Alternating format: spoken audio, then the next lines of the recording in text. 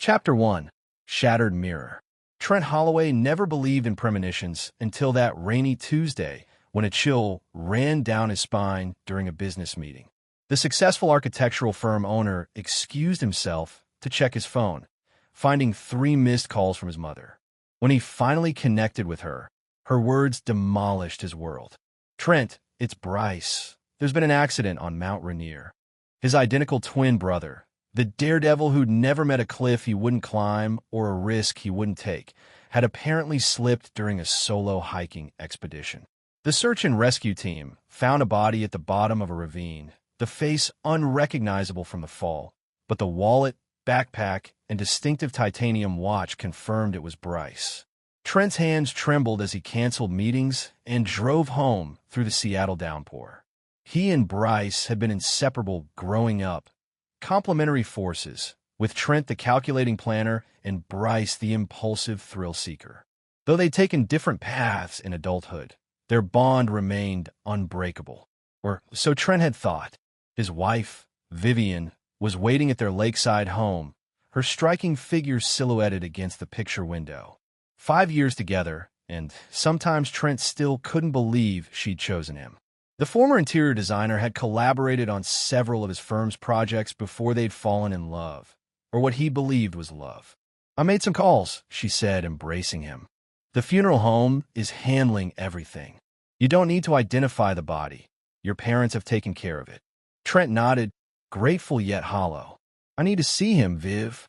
"The coroner advised against it," she replied, steering him toward the leather sofa. "They said the damage was extensive. Better to remember him as he was." Something in her tone struck Trent as odd, but grief clouded his perception. He retreated into memories, recalling how Bryce had been acting strangely during their last meeting 3 weeks earlier. Distracted, checking over his shoulder, asking peculiar questions about Trent's marriage and parents. "Everything all right between you and Vivian?" Bryce had asked. "Never better," Trent had answered automatically, though, truthfully, things had been strained. Vivian had been distant, taking mysterious calls, disappearing for hours with vague explanations. Now, as Trent sank into numbing grief, he didn't notice Vivian slipping away to make another private call, her whispers too low to hear from the living room. "It's done," she murmured to someone. "He doesn't suspect anything." When she returned, her sympathy seemed perfect, practiced, but Trent was too consumed by loss to register the hollowness behind her eyes. The next morning, Trent's childhood friend and current business partner, Dominic Russo, arrived with coffee and solidarity. Dom had grown up with the twins, understood their connection, and seemed genuinely devastated. Yet when the conversation turned to the funeral arrangements, Dom appeared unusually interested in the details of Bryce's will. "Did he ever update it?" Dom asked casually. "After your parents transferred the family property to both of you." Trent frowned. "Why would that matter now?" Dom backpedaled quickly. "Just thinking about you, man. Making sure everything's in order during this nightmare." As preparations for the funeral progressed, Trent found himself isolated in his grief. His parents, Preston and Martha Holloway, handled most arrangements with uncomfortable efficiency. His mother couldn't look him in the eye, which he attributed to how much he resembled Bryce, while his father seemed oddly resolute, almost impatient for the proceedings to conclude. The night before the funeral, Trent found himself alone in his home office, staring at the last photo taken of him and Bryce. Arms around each other at Thanksgiving, identical grins beneath different haircuts. As he traced his brother's face, a notification pinged on his laptop. A new email from Bryce's account had arrived, time-stamped 10 minutes earlier. The subject line, "Not what it seems." The email contained only a password, Summit Twins 1986, and when Trent entered it into Bryce's cloud storage account, he found a folder named Insurance. Inside was a single video file showing Vivian in an intimate embrace with someone whose face remained just out of frame. Trent's blood ran cold. Before he could process this betrayal, another ping, this time from his phone. A text message from Bryce's number glowed on the screen. "I'm not dead. That's not me in the casket." Chapter 2. Whispers from the Grave. The funeral home buzzed with hushed conversations as mourners filtered past the closed casket. Trent stood robotically beside it, mechanically accepting condolences while his mind raced with questions. The text message and email had kept him awake all night, but his attempts to call Bryce's number had gone straight to voicemail. Vivian remained glued to his side, her hand possessively clutching his arm. Trent noticed how often her gaze darted to his parents, who hovered near the entrance, intercepting guests with practiced smiles that never reached their eyes. "You're very quiet," Vivian whispered, squeezing his hand. "Just processing," Trent replied, studying her features for any sign of deception. The woman he'd shared a bed with for 5 years suddenly felt like a stranger. Across the room, Dominic chatted with Trent's uncle, Wayne Prescott, a financial advisor who had always been closer to Bryce than Trent. The two men seemed engaged in serious conversation, occasionally glancing toward Trent. When the service began, Trent found himself distracted by subtle inconsistencies. The eulogies painted a version of Bryce that felt sanitized, as though his memory was being deliberately reshaped. His parents emphasized Bryce's recklessness that finally caught up with him, while glossing over his achievements and vitality. After the final prayers, as mourners proceeded to their cars for the cemetery procession, Trent's phone vibrated in his pocket. "Where are you?" he had texted earlier. Now came the reply. "Can't say. They're listening. Don't trust your wife and our parents." Trent nearly dropped the phone. His eyes darted to Vivian, who was watching him with sudden intensity. "Who's texting at a funeral?" she asked, her tone light but her eyes sharp. "Work emergency," Trent lied, pocketing the phone. "Nothing important." The graveside service passed in a blur. Trent found himself staring at the casket, wondering who, if not Bryce, lay inside. As the first handful of dirt hit the polished wood, Trent made a decision. That night, he would get answers.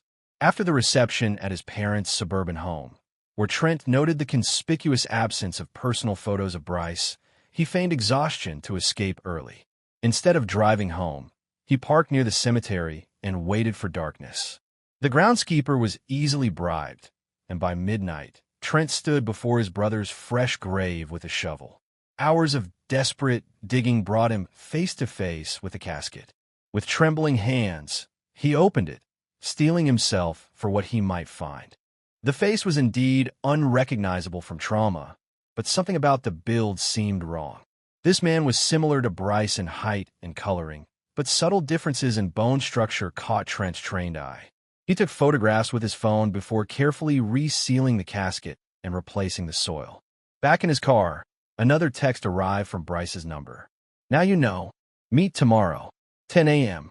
That coffee shop where we built forts. Come alone or I disappear forever." Trent drove aimlessly through the night, his world fragmenting. The coffee shop referenced was Timber Beans, where they'd spent childhood summers building elaborate forts from napkins and stir sticks while their mother worked. No one else would know that detail. When he finally returned home at dawn, Vivian was waiting, her face a mask of concern. "Where were you?" she demanded. "I called everywhere. I needed space," Trent answered coldly, "to process my brother's death." "You're covered in dirt," she observed, her eyes narrowing. "I went hiking. Bryce's favorite trail." Vivian's expression shifted subtly. "You should shower. Your parents are coming over for breakfast. They're worried about you." Trent nodded, watching how quickly she reached for her phone once he turned toward stairs. He quietly doubled back to listen. "He's acting strange," she whispered urgently. "I don't know where he went last night. Yes, I've been checking his phone, but there's nothing. The funeral went as planned, but what if he knows something?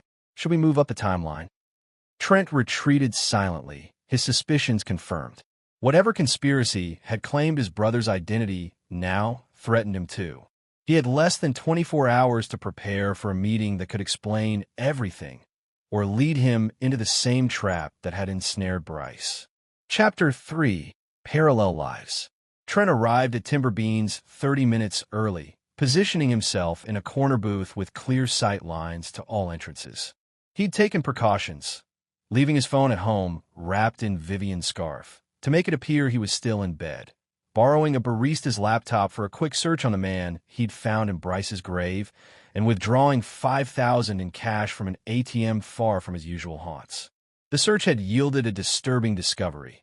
The deceased was likely Lyle Mercer, a homeless veteran with a passing resemblance to the twins, reported missing 3 weeks ago. The implications twisted Trent's stomach. Someone had deliberately killed this man to stand in for Bryce. At precisely 10 a.m., a hooded figure slipped into the opposite seat, keeping his face angled away from the windows. "You were always punctual," the figure said in Bryce's voice, causing Trent's heart to lurch. "Show me your face," Trent demanded quietly. The man slowly lowered his hood, revealing Bryce's familiar features, though now sporting a beard and a jagged scar above his right eyebrow. "How do I know it's really you?" Trent whispered. "We're identical." Bryce smiled sadly. "Remember when we were 10, and you broke Mom's crystal vase? I took the blame because you'd already been grounded for setting off the smoke alarm. You promised you owed me one, a promise you still haven't paid back." Relief and fury washed over Trent simultaneously. "You let me think you were dead."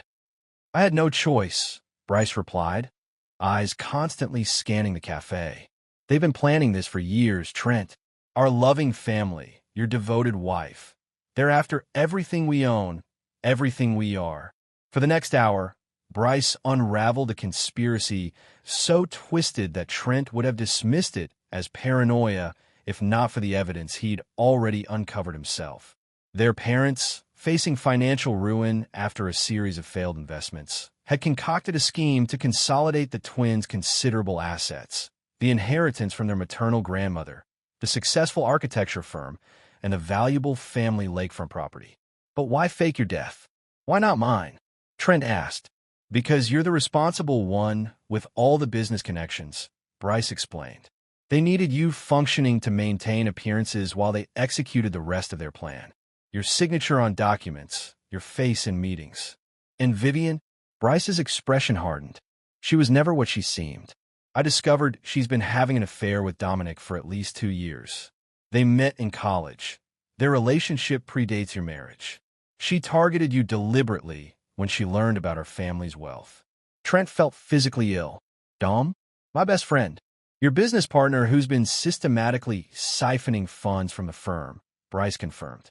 "I tracked the money to offshore accounts. The plan was elegant.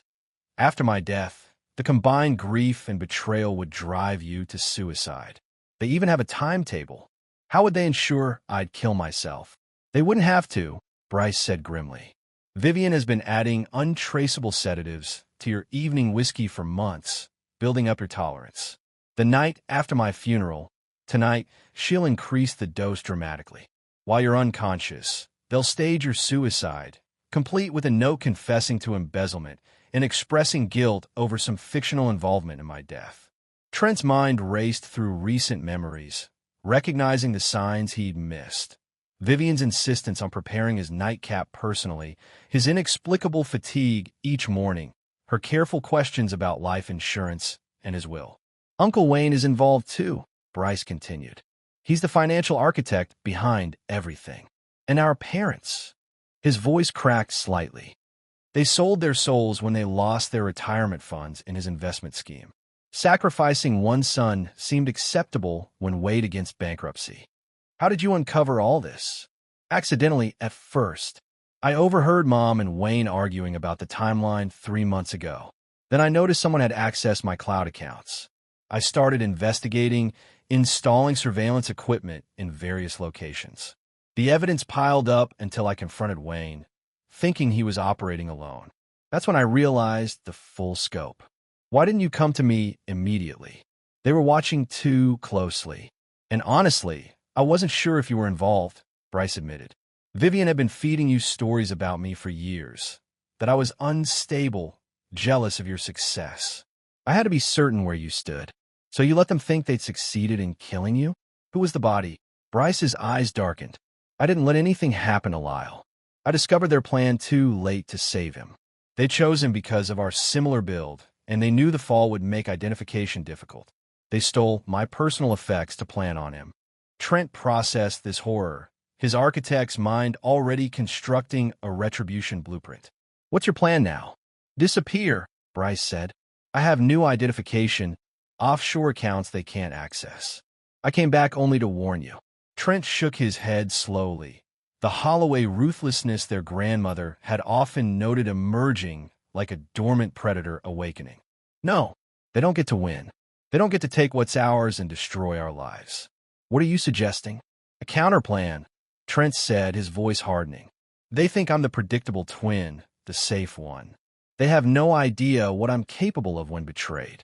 Bryce studied his brother's expression, recognizing something primal reflected there, the mirror image of his own capacity for vengeance. What do you need from me? First, Trent said coldly, I need you to remain dead. Your resurrection is our nuclear option. Second, I need access to everything you've gathered, recordings, financial trails, all of it. And then, Trent's smile contained no warmth. Then we dismantle their lives piece by piece, just as methodically as they plan to destroy ours. By the time we're finished, they'll wish they'd never conceived this plot. As the twins finalized their approach, Trent felt a calm clarity descend, the same sensation he experienced when solving particularly challenging design problems. Only this time, he wasn't designing a building. He was architecting complete destruction for those who had betrayed him. Tonight, they expect to find your corpse, Bryce said soberly. What will they find instead? The beginning of their nightmare, Trent replied. They want me dead? Fine. Let them believe they've succeeded. The dead can't be threatened, but they can haunt the living until madness takes hold. Chapter 4. False Funeral. Trent returned home with a transformed mindset and a precisely calibrated plan. The architectural precision that had made him successful in business would now serve a darker purpose.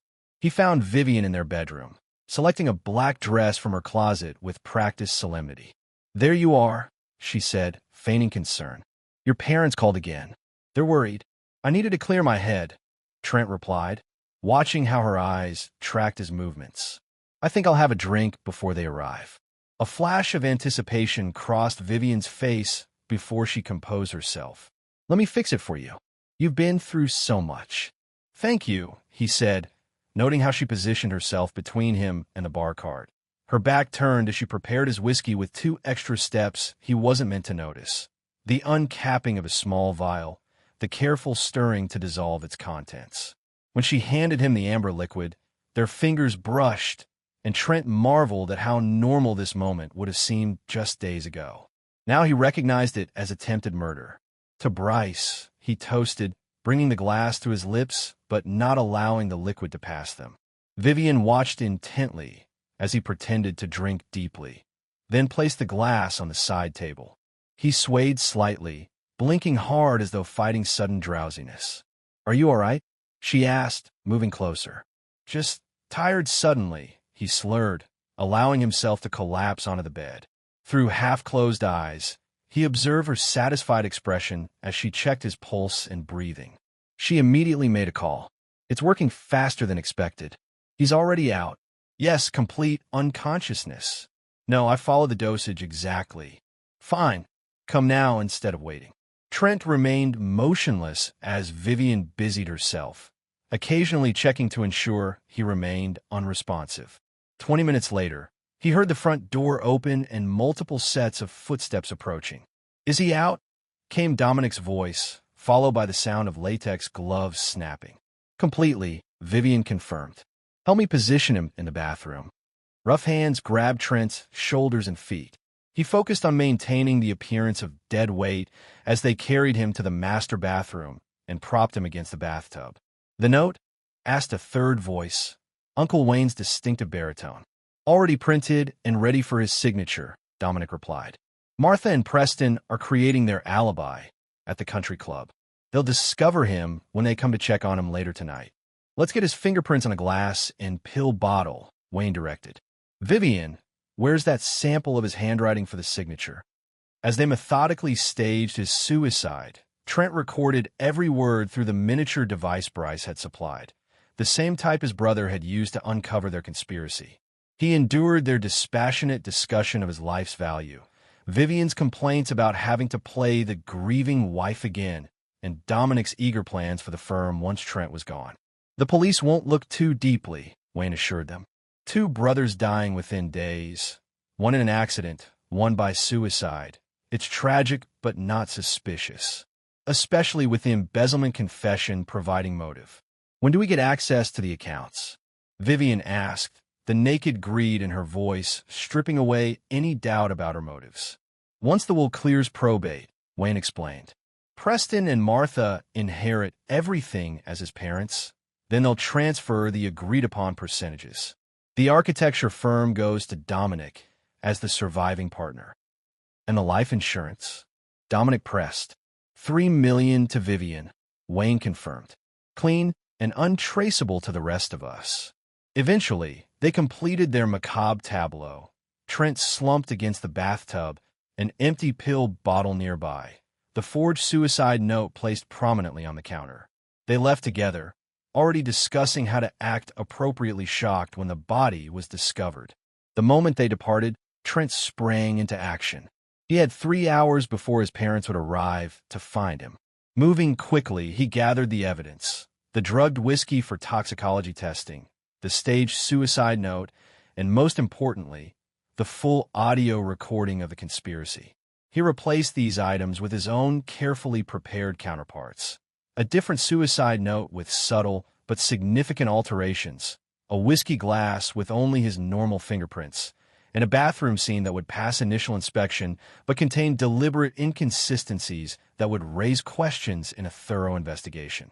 Then he slipped out through a passage he'd secretly built during renovations, an architect's privilege, and made his way to the prearranged meeting point where Bryce waited with supplies for the next phase. "Everything's set," Bryce asked when Trent arrived at the remote cabin they'd purchased off-record years earlier. They performed exactly as expected, Trent confirmed grimly, right down to discussing how to divide the spoils. "So what now? We released the evidence to the police." Trent shook his head, his expression hardening. "No, that would be too merciful. They'd face legal consequences, perhaps prison, but they'd understand their punishment. They'd have closure." He paced the small cabin, energy radiating from him. "I want them to experience what they intended for us, the gradual destruction of everything they value, the constant fear of what comes next, the inability to trust anyone around them." "You've always been the planner," Bryce said, recognizing the dangerous brilliance emerging in his twin.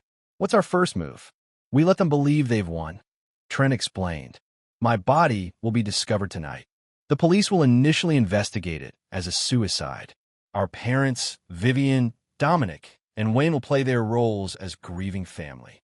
And then," Trent's smile was cold, "then Ghost Protocol begins. While they're celebrating their success, we systematically dismantle their plan from the shadows.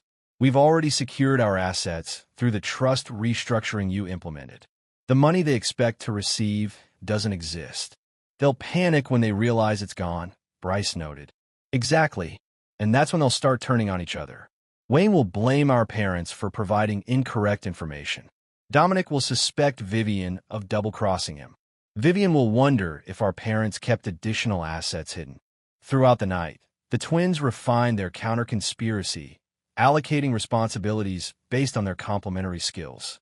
Bryce, now officially dead, would work completely from the shadows, while Trent would implement Phase 2, the false resurrection. The following morning, as expected, headlines announced the tragic suicide of Trent Holloway, just days after his twin brother's fatal accident. The article noted that Trent was survived by his loving wife and parents, who were too devastated to comment. A sidebar mentioned that his business partner, Dominic Russo, would assume control of their architecture firm. Watching the news coverage from their secure location, Trent felt strangely liberated. "Legally dead with all my faculties intact. It's an interesting position to operate from." "The ultimate freedom," Bryce agreed. "No one looks for a dead man." 3 days later, as Trent's funeral proceedings began, the conspirators received their first shock. The family lawyer, summoned for the reading of Trent's will, presented a document dramatically different from what they'd anticipated. This revised will, dated just 2 weeks ago, leaves everything to a blind trust, the bewildered lawyer explained to the stunned gathering. Mr. Holloway's explicit instructions were that no distributions can be made until certain conditions are met. "What conditions?" Preston demanded, his facade of grief slipping. "I'm not at liberty to disclose that information," the lawyer replied. "The trustee has sole discretion." "Who's the trustee?" Martha asked sharply. "That information is also confidential." As the conspirators reeled from this setback, more surprises awaited. Dominic discovered that his access to the firm's accounts had been restricted, with major clients receiving notifications that all projects were on hold pending a transition review. Vivian, meanwhile, learned that Trent's life insurance policy had been changed to name a charitable foundation as beneficiary, a foundation investigating traumatic brain injuries in homeless veterans. The first phase of Trent's counterattack was complete.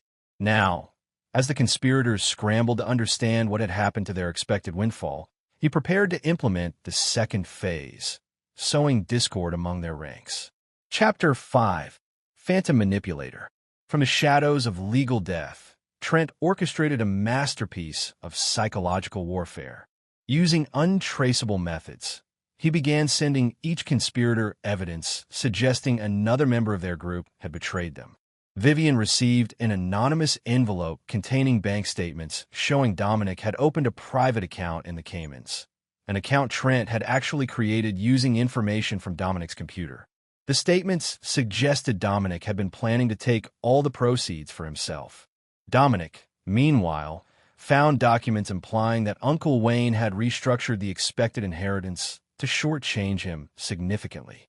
The convincing forgeries, created using Wayne's letterhead and signature style, outlined a secret arrangement between Wayne and the Holloways that excluded both Dominic and Vivian. Wayne received information suggesting Preston and Martha had established a separate agreement with Vivian, planning to frame him as the mastermind if anything went wrong. The fabricated evidence included recorded phone conversations that Trent had carefully edited from actual calls. Preston and Martha Holloway weren't spared either. They received materials indicating Vivian had been working with investigators, preparing to turn state's evidence against them in exchange for immunity. Within a week, the conspiracy began fracturing along the fault lines Trent had identified. Their communications, which he still monitored through Bryce's surveillance equipment, revealed growing suspicion and hostility. "I know what you're doing," Vivian hissed at Dominic during a meeting at her home. "You thought I wouldn't find out about the Cayman account? What are you talking about?" Dominic responded, genuinely confused. "And what about your deal with Preston and Martha? Were you planning to throw me to the wolves?" At the Holloway residence, similar accusations flew between Wayne and the senior Holloways. "After everything I've done for this family," Wayne shouted, waving the fabricated evidence, "you plan to make me the scapegoat?" "That's absurd," Preston retorted. "We should be asking why the assets we were promised have vanished. You were in charge of the financial arrangements." The beauty of Trent's strategy lay in its psychological foundation. Each piece of false evidence contained enough truth to be believable and referenced events or conversations that had actually occurred, making denial seem like further deception. While the conspirators turned on each other, Trent implemented the next phase of his plan. Using carefully constructed digital trails, he began triggering investigations into their legitimate business activities. Anonymous tips led tax authorities to examine Wayne's client accounts. Building inspectors suddenly took interest in projects Dominic had managed, discovering numerous code violations that would cost millions to rectify. Meanwhile, Bryce worked on a parallel track, establishing connections with individuals the conspirators had wronged in the past. Former clients of Wayne who had lost money in his investment schemes. Ex-employees Dominic had cheated out of commissions. The contractor Preston had once framed for structural failures in a development project. These aggrieved parties, provided with evidence of their abusers' vulnerabilities, began pursuing long-abandoned legal claims with renewed vigor.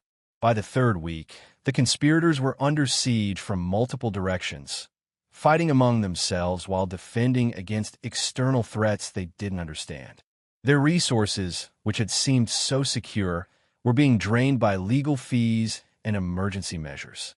Throughout this chaos, Trent remained unseen, monitoring developments through surveillance feeds in a secure apartment he'd established under a false identity.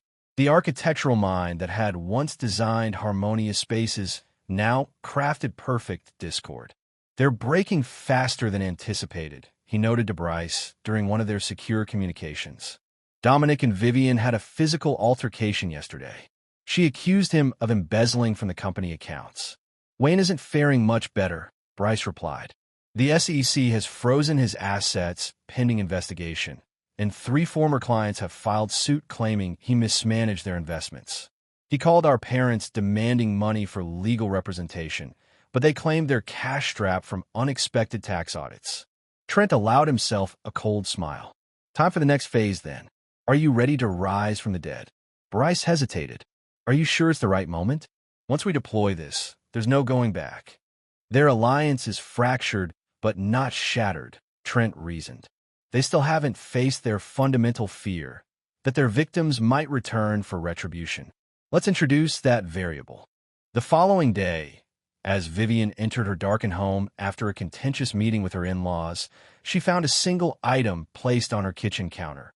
Bryce's distinctive titanium watch, the one supposedly buried with his body. Beside it lay a note in handwriting chillingly similar to Trent's. Did you really think we wouldn't know? Across town, Dominic returned to his penthouse to find his computer turned on, displaying surveillance footage of himself and the others planning Trent's suicide. The footage was playing on a continuous loop, with one segment highlighted, Dominic saying, "Once Trent's gone, there'll be no one to challenge us." Preston and Martha Holloway received the most direct message, a delivery containing the blood-stained hiking gear allegedly found on Bryce's body, accompanied by soil samples from Trent's grave. Wayne, perhaps the most vulnerable psychologically, received nothing but a single text message from an unknown number. Twins see everything. Judgment comes twice. The effect was electric. Within hours, the conspirators' communications revealed full-blown panic.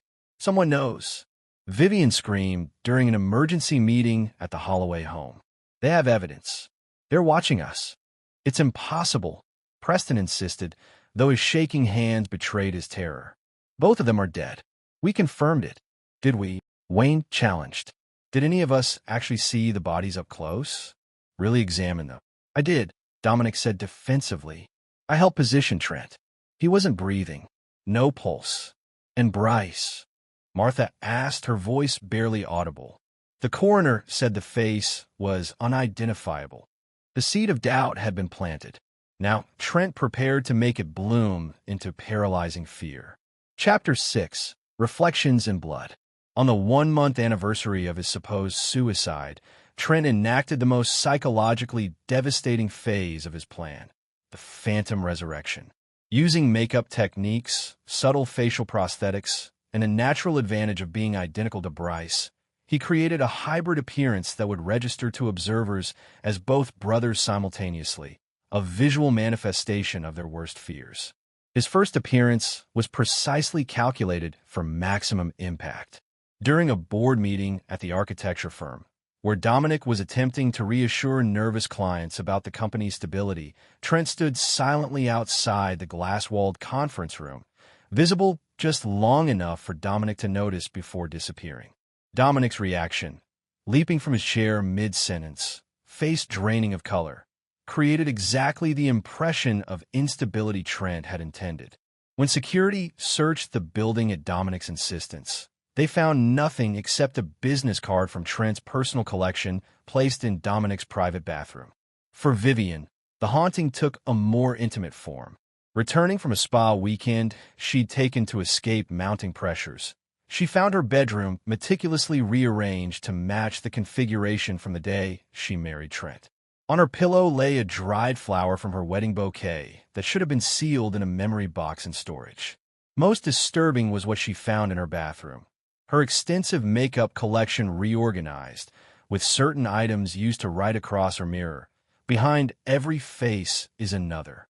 Preston and Martha experienced their visitation during a therapy session they'd reluctantly agreed to attend, struggling to maintain their facade of grieving parents. Through the office window, they both clearly saw a figure with Bryce's stance but Trent's haircut, watching them before stepping into passing traffic and vanishing. Their therapist noted their simultaneous reaction as a shared grief hallucination. But the business card they found in their car afterward, identical to the one Dominic had received, confirmed the experience had been no hallucination. Wayne, already under investigation and increasingly isolated, received the most direct confrontation. Returning to his office after a grueling deposition, he found a man sitting in his chair, back turned, silhouette unmistakable. "Hello, Uncle Wayne," said Trent, using vocal techniques to blend his voice with recordings of Bryce's. "Surprised to see me?" Wayne stumbled backward, clutching his chest. "You're dead. Both of you. Are we?" Trent turned slowly, the careful prosthetics and makeup creating an unsettling hybrid of both twins' features. "Or did you just wish you was dead? What do you want?" Wayne gasped, fumbling for heart medication in his desk drawer. "Justice has many forms," Trent replied cryptically. "Some legal, some personal. We thought you deserved to experience both." Before Wayne could respond, Trent activated a small device that cut power to the office. In the momentary darkness, he vanished through a route he'd mapped in advance, leaving behind only a USB drive labeled Confessions that contained recordings of all the conspirators discussing their roles. The psychological effect of these appearances shattered what remained of the conspirators' unity. Dominic, convinced he was being haunted, resigned from the firm and attempted to flee to Mexico, only to be detained at the airport on charges of financial fraud that mysteriously appeared in the system moments before his departure. Vivian barricaded herself in a hotel suite, refusing contact with the others and hiring private security who reported she spent hours staring at mirrors, sometimes conversing with her reflection. Preston and Martha turned on Wayne, accusing him of masterminding a complex fraud against them all. Their allegations, delivered to authorities in a desperate attempt to secure leniency, provided the final piece of Trent's legal strategy. Within 6 weeks of beginning his campaign, Trent had systematically dismantled the conspiracy without directly engaging law enforcement. The conspirators, driven by fear and suspicion, had effectively destroyed themselves and each other. "It's almost too perfect," Bryce commented when they met to evaluate their progress. "They're experiencing exactly what they planned for us. The destruction of everything they value, followed by legal consequences they can't escape." "Almost perfect," Trent agreed, reviewing updates on their targets. "But psychological torture and legal jeopardy aren't enough. They try to take our lives. Now we need to deliver the final judgment, one that can never be traced back to us." Bryce studied his brother's expression, recognizing the implacable resolve that had always differentiated them. While Bryce's anger burned hot and fast, Trent's smoldered beneath the surface, building to an inferno that nothing could extinguish. "What are you planning?" Bryce asked quietly. Trent's smile was terrifying in its calmness. "Something fitting, something that gives them exactly what they wanted, just not how they wanted it." As they finalized the details of their endgame, Trent reflected on how completely he had shed his former identity. The reasonable, methodical architect was gone, replaced by something colder and more dangerous. A man who had stared into the abyss of betrayal and emerged transformed. "They wanted us dead and forgotten," he told Bryce. "Instead, they'll be the ones history forgets, while we build new lives from the ashes of their destruction." Chapter 7. Confession and Collapse. The annual charity gala at Seattle's Westbrook Hotel represented everything the conspirators had aspired to: wealth, social standing, and respectability.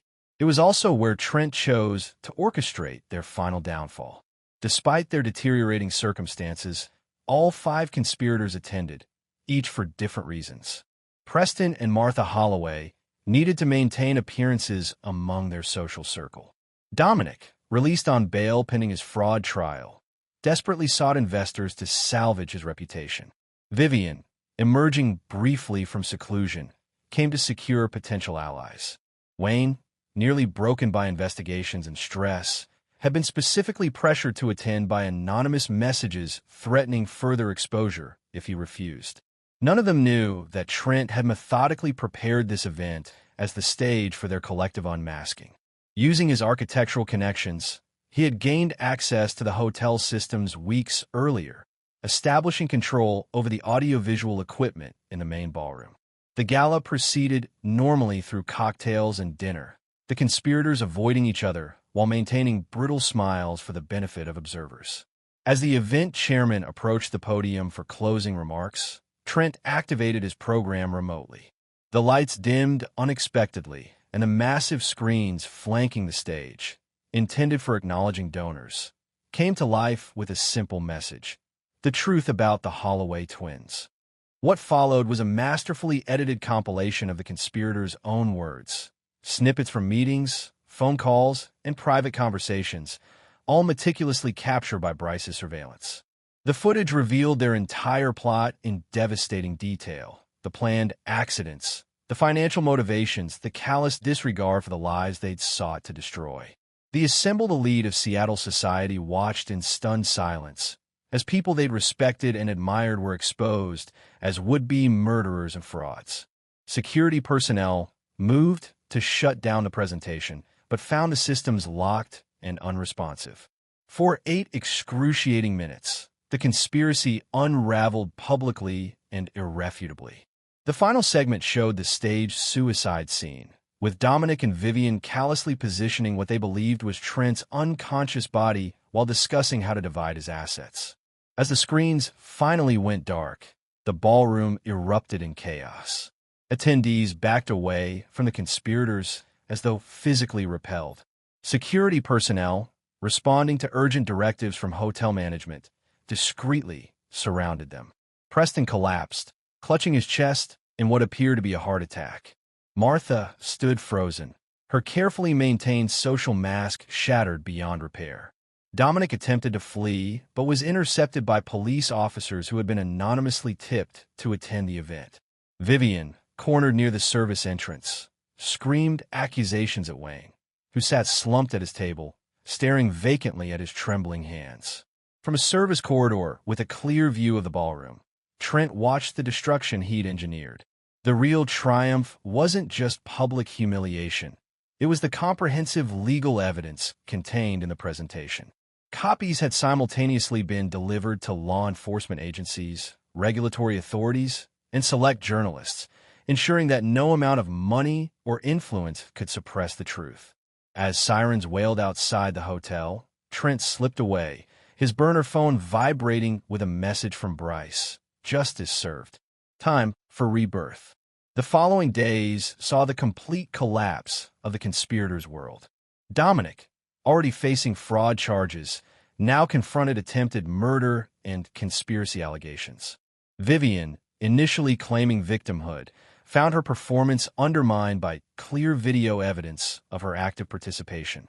Wayne suffered a debilitating stroke during initial questioning, rendering him physically incapacitated though legally accountable.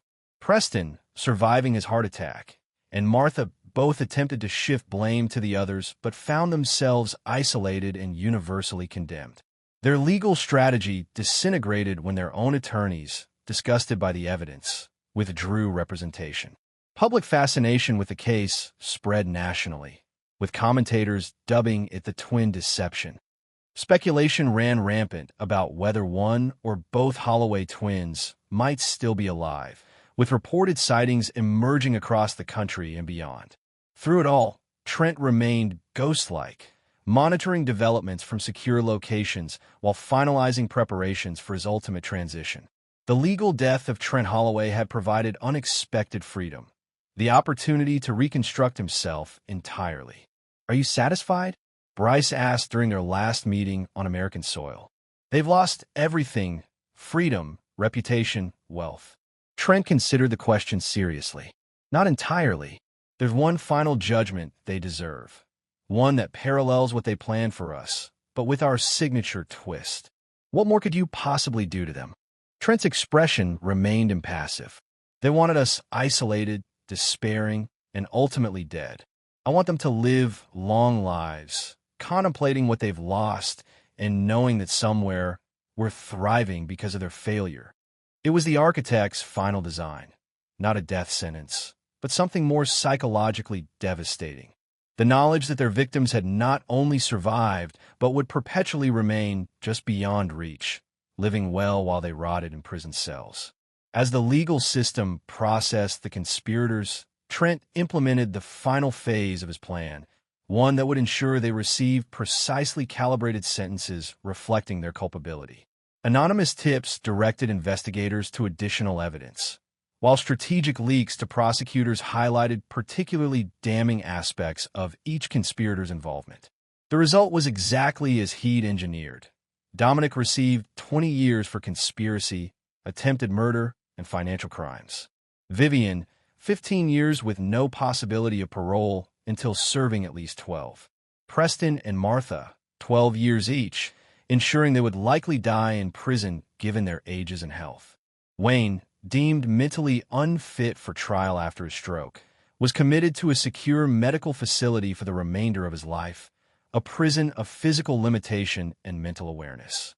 With justice secured, Trent prepared for his final disappearance. The man who emerged would bear no resemblance to either Trent or Bryce Holloway, physically, legally, or psychologically. The twins who had been targeted for destruction would instead rise transformed, their betrayers left to contemplate their absolute failure. Chapter 8. Ashes and Rebirth. 6 months after the spectacular public exposure at the charity gala, a distinguished man with salt and pepper hair and subtle facial alterations sat at a café terrace in Barcelona, reviewing architectural plans for a revolutionary community center. Known locally as Sebastian Vega, he had quickly established himself as an innovative designer unbound by conventional limitations. Few would connect this confident professional with either of the Holloway twins, presumed dead by most of the world. The surgical alterations, while maintaining his fundamental bone structure, had changed his appearance just enough to pass casual scrutiny. New documentation, secured through carefully cultivated international connections, provided an unassailable identity. Sebastian's phone vibrated with a secure message from his brother, now living as Miguel Vega in Buenos Aires, where he'd established a successful adventure tourism company. The message contained a news article about the conspirators' appeals being unanimously rejected by the Washington State Supreme Court. Final closure, the message concluded. Have you found peace? Sebastian considered the question while watching pedestrians navigate the historic plaza. Had he found peace? The ruthless campaign of destruction he'd orchestrated had succeeded beyond expectation. The conspirators were serving their sentences, financially ruined and socially ostracized. His brother was thriving in his new identity. Their considerable assets had been transferred through untraceable channels, ensuring comfortable futures. Yet something remained unresolved, not regret, but a lingering sense that personal justice, while necessary, had revealed uncomfortable truths about his own nature. Found something more valuable than peace, Sebastian replied. Clarity. The transformation from Trent Holloway to Sebastian Vega represented more than physical alteration or legal reinvention. It acknowledged the emergence of something that had always existed beneath Trent's carefully constructed persona, a capacity for calculated ruthlessness that matched or exceeded anything his enemies had demonstrated. This revelation neither troubled nor pleased him. It simply was a reality to be recognized and integrated rather than denied. The man who had meticulously dismantled 5 lives understood himself now with unprecedented clarity. While establishing his new practice in Barcelona, Sebastian periodically received updates about the conspirators through carefully maintained surveillance channels. Their degradation continued even within the prison system. Dominic, once charismatic and commanding, had become a hollow-eyed shell after multiple assaults by fellow inmates who despised child-targeting criminals. Vivian's beauty, her primary currency, faded rapidly under the harsh conditions of incarceration. Preston suffered a second, more severe heart attack that left him partially paralyzed, dependent on Martha for basic functions. The ultimate irony. The couple that had conspired to eliminate their sons for financial gain now found themselves chained together by medical necessity, mutual contempt growing with each passing day. Wayne, perhaps suffering the cruelest fate, retained enough cognitive function to understand his circumstances but lacked the physical capability to communicate effectively. Reports from the secure medical facility indicated he often stared at televisions when news segments about the case aired, his eyes reflecting complete comprehension of his downfall. Sebastian received these reports without emotion, filing them mentally alongside architectural specifications and design constraints. Simply information to be processed, not celebrated or mourned. His new life developed rhythms entirely separate from his past. The architectural philosophy he now pursued emphasized restoration and transformation rather than the sleek modernism that had characterized Trent Holloway's work. Sebastian Vega specialized in reimagining damaged structures, preserving their essential elements while reconstructing them into something entirely new, an approach that mirrored his personal metamorphosis. On the anniversary of his supposed suicide, Sebastian accepted a commission to redesign a historic building damaged by fire, a project other architects had deemed too challenging. The symmetry pleased him. He had emerged from his own conflagration, transformed rather than destroyed. That evening, he dined at an exclusive restaurant overlooking the Mediterranean. His table companion, a prominent judge with the International Criminal Court, represented another careful step in establishing Sebastian Vega's credentials and connections. "Your reputation grows interesting," the judge commented between courses. A newcomer with no notable history who nevertheless demonstrates exceptional understanding of structural integrity and transformation. "One might wonder about your previous experiences." Sebastian smiled, the expression perfectly calibrated to suggest intrigue without revealing substance. "The most valuable experiences often leave no public record. Wouldn't you agree?" The conversation shifted to architectural theory, but beneath the professional discourse lay Sebastian's constant awareness of his dual nature, the creator and destroyer existing in perfect balance. The man who had engineered both buildings and ruination with equal precision. Later that night, alone in his minimalist apartment overlooking the Gothic Quarter, Sebastian reviewed preliminary sketches for his latest project when his secure phone indicated an incoming video call from Miguel. His brother's face, also subtly altered but instantly recognizable to Sebastian, appeared on screen. "They're making a documentary about the case," Miguel announced without preamble. "International production, major distribution. They're portraying us as victims who likely didn't survive." "Convenient," Sebastian replied. "Additional insulation for our current identities."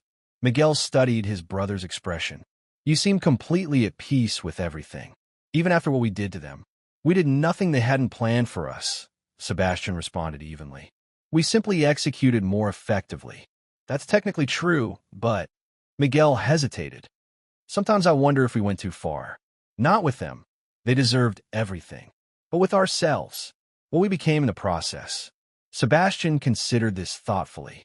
"We became what we always were, just without illusions." The capacity for calculated destruction existed in both of us. They merely catalyzed its emergence. "And that doesn't disturb you? Should understanding one's self be disturbing?" Sebastian countered. "I see it as clarity. They sought to eliminate us because they underestimated what we were capable of. Their fundamental miscalculation." The brothers discussed practical matters before ending the call, but Miguel's question lingered in Sebastian's mind. Had they gone too far? Had the architect of vengeance overbuilt his structure? The question itself revealed the primary difference between the twins. Bryce, now Miguel, still measured himself against external moral frameworks, seeking validation or condemnation from abstract principles. Trent, now Sebastian, recognized only effectiveness and intention as meaningful metrics. What they had done was exactly what the situation demanded. No more, no less. The precision of the response pleased the architect in him. The conspirators had received penalties proportional to their actions, delivered through mechanisms they themselves had initiated. As Sebastian returned to his designs, he reflected that his greatest creation wasn't any building or destruction plot. It was himself, redesigned and reconstructed from the foundation up. The ruthless clarity that had emerged during his campaign of vengeance now served different ends, but remained fundamentally unchanged, a willingness to see systems as they truly operated and manipulate them accordingly. The conspirators had sought to destroy him using society's blind spots and procedural vulnerabilities.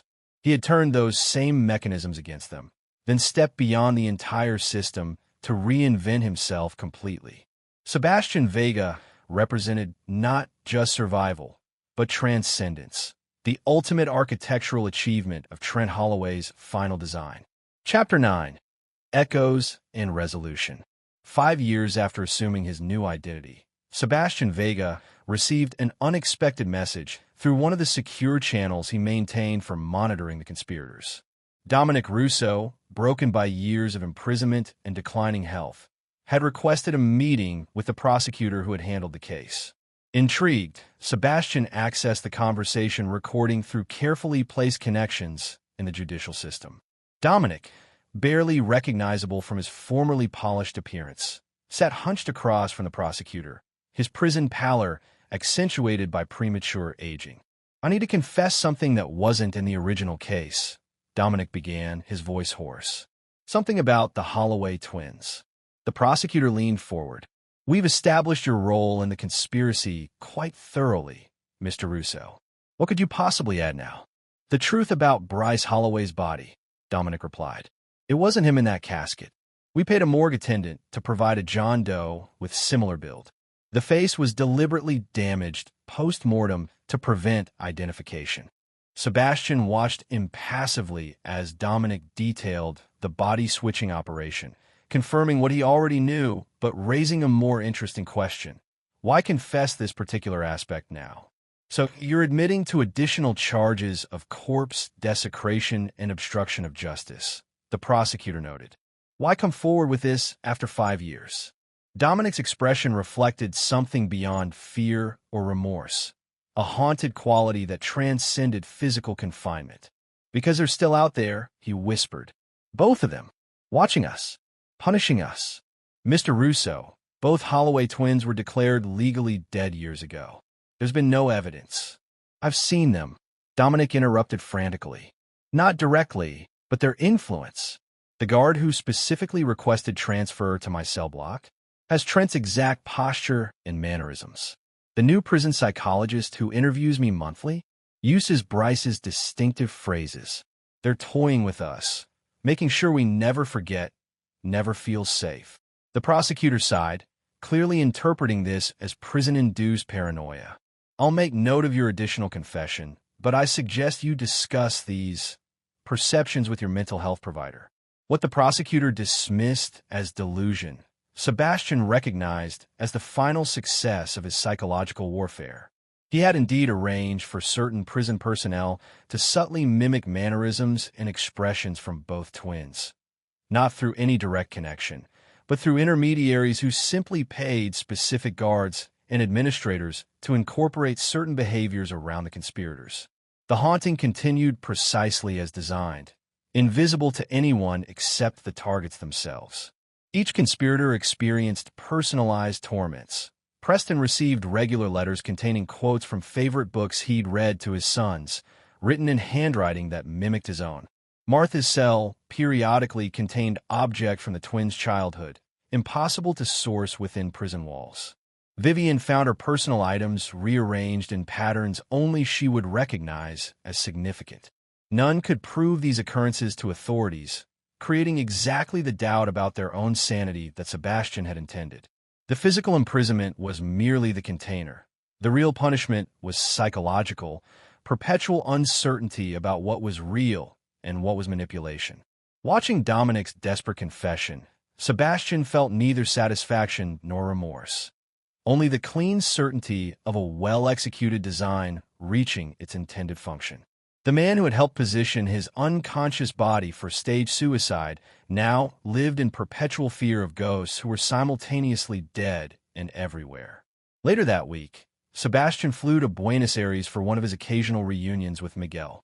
His brother had built a successful life, incorporating his natural love for adventure, leading exclusive wilderness expeditions for wealthy clients seeking authentic experiences. Unlike Sebastian, who maintained studious surveillance of their former enemies, Miguel had largely disconnected from their past. "You're still monitoring them," Miguel noted as they shared dinner at his hillside home overlooking the city. "After all this time, why?" Sebastian considered the question while savoring an excellent Malbec. Architectural integrity requires monitoring structural performance over time. It's professional thoroughness, not emotional investment. Miguel laughed, the sound carrying the warmth that distinguished him from his brother even before their transformations. "You've turned ruthlessness into a philosophy. Sometimes I barely recognize the Trent I grew up with." "That person no longer exists," Sebastian replied simply. "Just as Bryce doesn't. We're who we chose to become instead of who they tried to make us." "And who exactly is Sebastian Vega?" Miguel challenged gently. "The man who builds remarkable structures by day and orchestrates psychological torture by night." Sebastian didn't bristle at the characterization. "Someone who understands that justice and legality aren't synonymous. The system they attempted to use against us is fundamentally limited, designed to process violations according to standardized metrics rather than truly address harm. So you've appointed yourself judge and executioner." "Observer," Sebastian corrected. "I simply ensure they experience the consequences they design for others. The psychological framework they constructed for our destruction now contains them instead." Miguel studied his brother, recognition and concern mingling in his expression. "Have you considered that this ongoing involvement connects you to them permanently? That true freedom might mean letting go entirely." The question lingered between them, uncharacteristically penetrating Sebastian's carefully maintained equilibrium. Had his meticulous surveillance become its own form of prison? Did his continued orchestration of their suffering represent control or subconscious attachment? Perhaps, Sebastian acknowledged, surprising both himself and Miguel with the concession. "But completion requires verification. I need certainty that the structure stands independently before I disconnect." Later that night, unable to sleep, Sebastian stood on Miguel's terrace contemplating the distant lights of Buenos Aires. His brother's question had uncovered something he'd avoided examining. The possibility that his continued involvement with the conspirators represented not justice, but inability to transcend the defining trauma of his previous identity. True architectural mastery involved not just creation, but eventual separation. The moment when the designer steps away, allowing the structure to exist independently. Had he reached that point with his elaborate punishment system, or was he maintaining unnecessary connections? The question followed Sebastian back to Barcelona, infiltrating his thoughts during design sessions and client meetings. For the first time since implementing his vengeance, he found himself distracted by philosophical rather than practical considerations. The resolution came unexpectedly, during a meeting with potential clients seeking to transform an abandoned prison into a community art center. As Sebastian toured the facility, observing the psychological impact of the space, the intentional disorientation, the subtle reinforcement of powerlessness through architectural cues, he recognized the parallel to his own creation. He had constructed a perfect prison for the conspirators, one that existed primarily in their minds, but was no less confining for its intangibility. The question wasn't whether it functioned as designed, but whether its continued operation served any purpose beyond habit. That evening, Sebastian made a decision that surprised even himself. He systematically terminated the surveillance systems and influence networks he'd maintained for years, not from mercy or regret, but from the clean certainty of an architect who recognizes when a structure is complete. The conspirators would continue experiencing their personalized haunting through established patterns and their own psychological conditioning, but without his active involvement. The machine would run independently until it wound down naturally or they ceased to exist, whichever came first. His final act was reviewing a comprehensive file he'd maintained on each conspirator's destruction. Vivian, once obsessed with physical appearance, now showed signs of accelerated aging from stress and prison conditions. Dominic, whose confidence had been his defining characteristic, now jumped at shadows and trusted no one. Preston and Martha, separated into different facilities after Preston's medical emergency, communicated through increasingly bitter letters that revealed their mutual contempt. Wayne, perhaps experiencing the most fitting consequence, had regained speech capability but lost short-term memory function. He repeatedly experienced the shock of learning about his circumstances as if for the first time, trapped in an endless loop of realization and horror. Sebastian closed the files permanently, transferring them to a secure server that would automatically delete all contents after a predetermined period. The architect of vengeance had completed his masterwork, a self-sustaining system of consequences that required no further input. 1 year later, Sebastian stood at the opening ceremony for his most acclaimed project, the transformation of a damaged historical structure into a breathtaking community space that honored its original elements while creating something entirely new. As journalists praised his revolutionary approach to architectural redemption, Sebastian recognized the unintentional accuracy of their assessment. He had indeed perfected the art of redemption, not through forgiveness or restoration, but through complete transformation. The damaged structure of his former identity had been neither discarded nor simply repaired, but fundamentally reimagined into something more powerful and true. Miguel joined him for the celebration, their subtle physical alterations allowing them to appear together without raising connections to the Holloway twins. As they shared a private moment away from the crowds, Miguel asked the question that had lingered between them. "Have you finally let them go?" Sebastian nodded, the motion conveying finality. "The design is complete. Further involvement would be redundant." "And what comes next for the architect of perfect vengeance?" Miguel asked, only half joking. Sebastian surveyed the celebration around them, acknowledging the irony that his greatest professional triumph had emerged from the same capacity for transformative vision that had enabled his elaborate retribution. "Creation without limitation," he replied simply. The twins died, so Sebastian could build without constraints of history or identity. That seems like adequate compensation for attempted murder. As the brothers shared a rare moment of genuine laughter, Sebastian recognized that his journey from Trent Holloway to Sebastian Vega represented not just survival or revenge, but evolution. The emergence of something that incorporated elements of his past while transcending its limitations entirely. The conspirators remained in their various prisons, both physical and psychological, condemned by their own actions rather than external judgment. Sebastian had simply ensured the punishment perfectly reflected the crime. Attempted murder of identity had resulted in complete destruction of their own. Justice, Sebastian concluded, wasn't about restoration or even balance. It was about transformation, the alchemical process that converted betrayal and destruction into the foundation for something entirely new. The twins hadn't survived. They had transcended, leaving behind both their would-be murderers and their former selves. In this final victory, Sebastian found something unexpected, not forgiveness or closure, but freedom from the very need for either. The architect had created his masterpiece, and now stood apart from it, ready to build anew. And there you have it. Another story comes to an end. What did you think? I'd love to hear your thoughts in the comments below. If you enjoy this story, consider joining our community by subscribing. It means the world to us. For more stories like this one, check out the recommended videos on screen.